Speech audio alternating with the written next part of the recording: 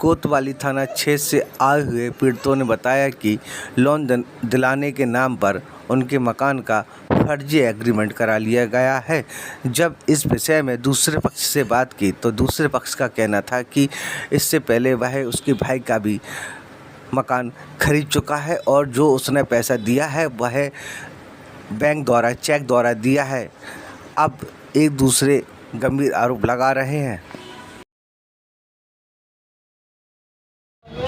मामला चूँकि भाई साहब उन्होंने अपने मकान का सौदा किया था जिसका मैंने एग्रीमेंट कराया था। उनकी पत्नी के नाम वो मकान है, पत्नी से मैंने एग्रीमेंट कराया और उस एग्रीमेंट का जो पेमेंट है वो मैंने उनको बाई चेक दिया है।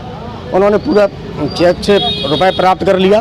उसके बाद 1 साल का उसमें समय था, समय ख़त्म होने को 13 अप्रैल 2023 को समय ख़त्म होना था। मैंने उनसे रजिस्ट्री के लिए कहा तो हमेशा 1 साल से टालते चले आ रहे हैं। जब समय ख़त्म होने को आया तो फिर मैंने दोबारा कहा तो ये सारी रजिस्ट्री ना करने के चक्कर में मनगढ़ंत कहानियाँ वो बना रहे हैं, झूठी कहानी। असल में उनका आरोप है कि आपने लोन के बहाने उनकी 11 चेक है, उस चेक में आपने रख ली, उनका पैन कार्ड है, आधार कार्ड है और सारे नहीं, ये तो सारी मनगढ़ंत कहानी है साहब। मैंने एग्रीमेंट उनसे कराया है, रजिस्टर्ड एग्रीमेंट है मेरा, और मैंने उस रजिस्टर्ड एग्रीमेंट में जो भी सौदा जितने का खुला है मैंने चेक से पेमेंट किया है। उनको चेक दिए हैं, आप उनकी अकाउंट में ट्रांजेक्शन देख सकते हैं मेरे द्वारा दिया गया पैसे का।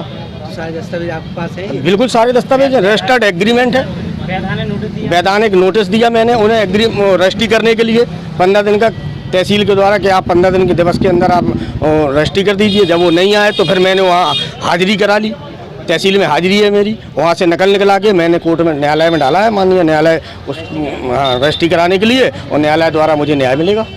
थाने भी गए थे आपका? थाने में भी पुलिस द्वारा भी कार्रवाई की? पुलिस द्वारा पुलिस में इन्होंने एप्लीकेशन दी थी, झूठे आरोप लगा रहे हैं क्योंकि वो क्या है क्रिमिनल, एक तरीके का क्रिमिनल एक्ट का बंदा है जो जुआ शराब माफिया में उन सब से लिप्त है, और फ़ोन पे भी मुझे धमकी दी जान से मारने की। उसकी रिकॉर्डिंग मेरे पास है ना, कि मैं तुम्हें जिंदा रहना है नहीं रहना है, ऐसा धमकी दी। तो ये सारी चीज़ें हैं, क्रिमिनल हैं। अब वो दबाव बना रहे हैं मुझ पर किसी प्रकार से कि हमें पैसा भी हड़प जाए और मकान भी ना मिले। अब आप क्या चाहते हैं? और पूर्व में इससे पहले भी एक मकान ये बेच चुके हैं वही जुगा में। मुझे कुछ नहीं, मैंने तो जो उनकी मकान का पैसा दिया है उस मकान की रजिस्ट्री चाहते हैं, हमारा जिसका रजिस्टर्ड एग्रीमेंट है। एक हिस्सा भी तो खरीदा तुमने वो भाई से? एक और भाई से मैंने उनके एक हिस्सा और खरीदा है, उनको भी मैंने पैसा दिया है। बहन जी आपका? संजना। संजना जी, किस समस्या को लेके आप आई हो यहाँ पे? जी मेरा पड़ोसी है राकेश बिहारी पाल, उसने मुझे बहुत पीड़ित कर दिया है, इतना पीड़ित कि लोन का झांसा देकर मेरे सारे डॉक्यूमेंट, मेरी हर चीज़ रखे हुए हैं। और 25 तारीख को उसने मेरे घर पर आके पहले गाली गलौज की, उसके बाद में फिर मेरे जब हस्बैंड ने उसके जब वालों ने कुछ भी नहीं कहा, आदेश राणा साथ में थे, किसी ने कुछ नहीं कहा। उसके बाद में हम कोतवाली गए तो वहाँ से कहने लगी इसको जेल में डालो। सर कि मुझे पता तो चले किस बात पे, मेरे सारे डॉक्यूमेंट हैं, आधार कार्ड, मेरी 11 बात को लेकर आपका मन से विवाद चल रहा है? विवाद सर ये है कि पहले इसने हम लोगों से कहा कि हम आपका लोन करवाए दे रहे हैं, इसने हमसे कहा कि हम आपका लोन करवाए दे रहे हैं, तो लोन के लिए आपके डॉक्यूमेंट लगेंगे।